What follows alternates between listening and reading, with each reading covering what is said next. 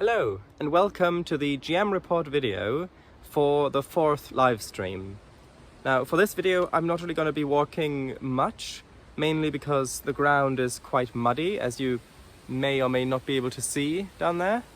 And so I don't want to be focusing on this and on this and on this, and then not focus on that and on that and on that and that. Well, specifically that. Yeah, not that much to talk about this time. First thing is, when they were in the Scaly Shine Tavern and Willis asked for the menu, Willis' character Brack Egan asked for the menu, that was something I hadn't prepared, so I just made it up on the spot. Now, I could have said that she gives you the menu, I don't have that prepared, she gives it to you, your character has that knowledge, even though I don't have that available to tell you. And that would have been fine, but in this specific instance, I did want to drop the first hint at Vij Utral. So Vij Utral, which is the elven city, this is the first time the players have heard of it. And so I wanted an opportunity to drop that hint, and I thought, sure, why not here? This is a good place as any. And so I dropped that little hint. It wasn't picked up on, at least I don't think so, but that's okay. The second thing is, I decided to put in an open clue about the hunts recently not going very well, when Brack asked for meat. And I originally left that as an open clue. I didn't really know what to connect that to, or if I wanted to connect it to anything.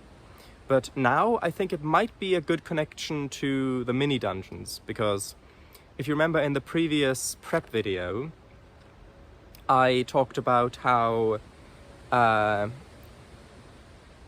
Beholder has these mini dungeons which he has stocked with monsters, and those monsters are fed through feeding tubes.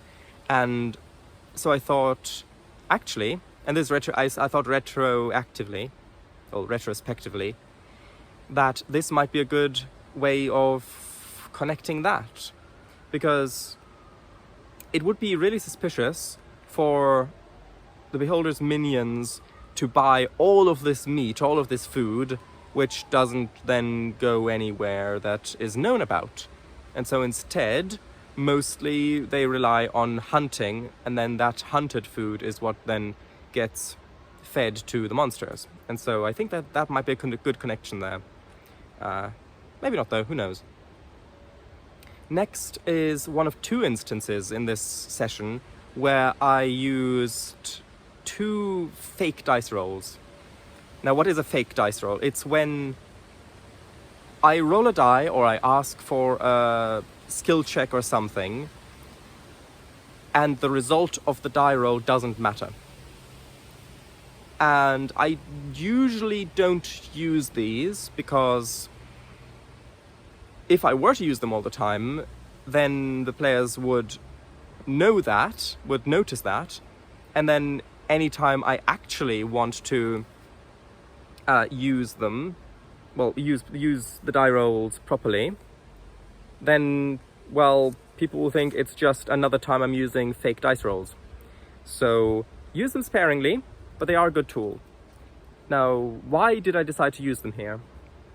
Because I wanted to artificially create a little bit of a sense of tension, because, they're still in the city, it's a safe space, and I wanted the shopping episode to have a little bit of a tiny bit of a sense of tension or uncertainty or something like that. And so the first instance where I used one of these fake dice rolls is when Ka was flying down to see if he could get Brack to come to the baths as well. And so in that, I made Emichu roll a percentile die at D100, and the result was really good.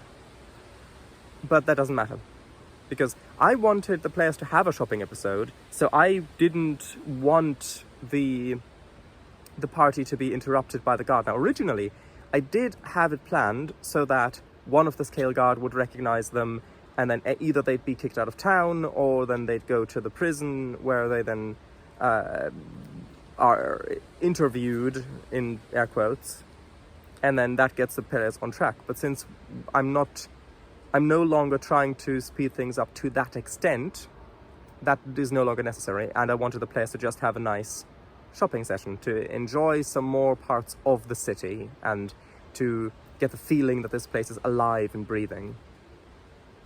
So, yeah, it didn't matter what that die roll was. Now, I do remember that it was high. I think it was 96 or something like that. Which means if in the next session or whenever, when I do want an actual roll to see if they happen to encounter one of the scale guards or something like that, and I ask for a percentile check, then it'll have to be low for the check to actually work out that way, for them to actually encounter a scale guard. So I am keeping that in mind. It's just this particular roll didn't actually impact what happened. But it hopefully made the players think, oh, there's a roll here, maybe something could happen here. Which is what fake rolls are for. Again, use them very sparingly, otherwise any roll you make is assumed to be a fake roll, and then you'll be in trouble. So, the next thing is, actually I do want to say, I do think the session went really well. I'm really happy with it. The next thing is, the players can't do everything that they want. And this is quite an important one, because if you start letting the players get away with stuff that you didn't actually want to be that way, but you let it slide, that sort of thing, then that sets a precedent. And then it's really hard to then go back on yourself and say, well, I know I let your characters do these things, or I let you as players do these things, but actually I don't want that, I don't like that, and so please don't do that anymore. That can be really hard. And so I think it's important to set the right precedent to begin with.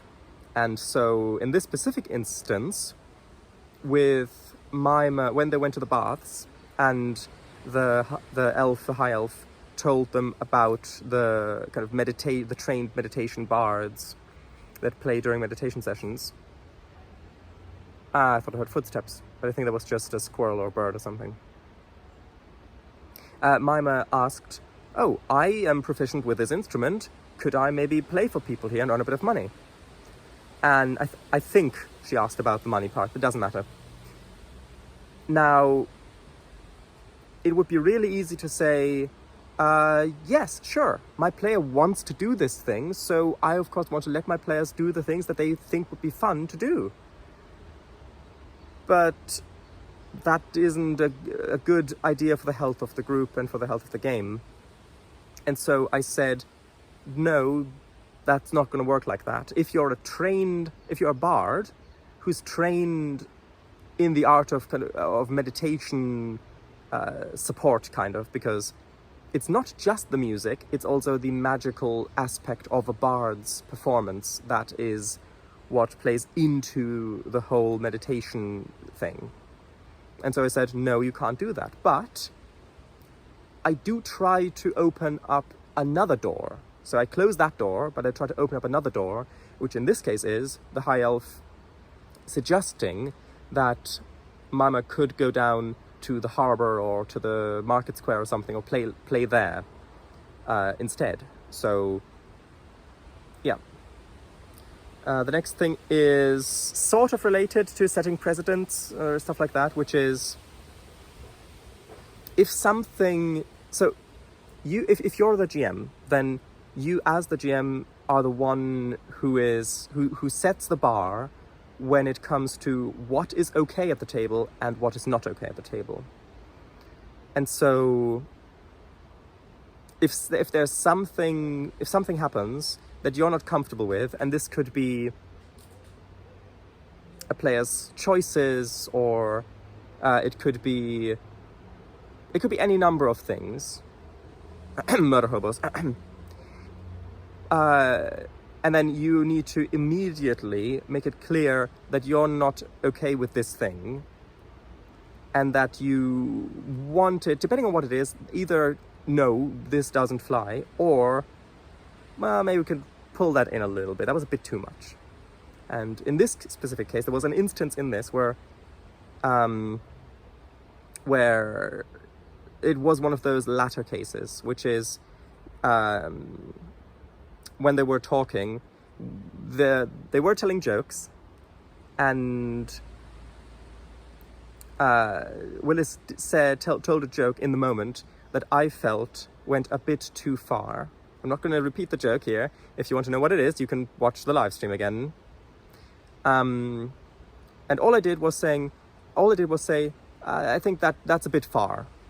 Yeah, and I think I repeated it after the stream as well, that joke was a little bit far. Just a gentle nudge that maybe is a bit of a boundary to not cross, hopefully. But it wasn't anything too bad. It's just important to gently push on these things right when they occur, basically. And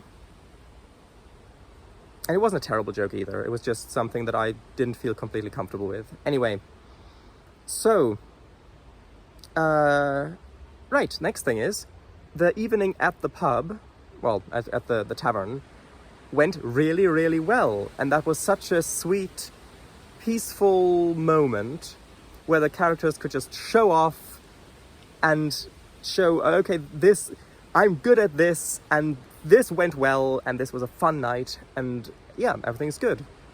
And so I think that deserves a little bit of continuity. So, because there were a lot of people in that pub who, for example, saw Car dance with a natural 20, and so maybe when they're out in the streets in the next couple of days or something, maybe someone recognizes Car and gives a compliment. Or maybe if they're in trouble, maybe if a scale card does stop them, maybe someone will say, "Oh, I saw your dance," or I don't know, maybe even be an alibi, like a fake alibi, saying, "Oh yeah, oh yes, no, we were at the pub. We spent the day in town," just because they were so impressed by the dance that they want to return the favor, or something like that. Next thing is, I improv'd a slight rule, which is how much money Mima generated by playing with the band, which I think I gave a bit too much, but I didn't have time to look up the proper rule in the book, and so I had to improvise a rule. I said a d6 of gold, which probably was a bit too much considering other rules. I don't want to get into it, but when you do that, it's important because you will do that, unless you want to completely break the momentum of the session. You will do that, and it's a good thing. But it's also important to make it clear that this is an improvised rule, and that your ruling on it may change in the future when you either think about it or when you look up the proper rule in the book. This is a ruling for now, not a ruling for the entire game. And so just saying, I don't know the rule, so I'll improvise it. This is what I'll say for now.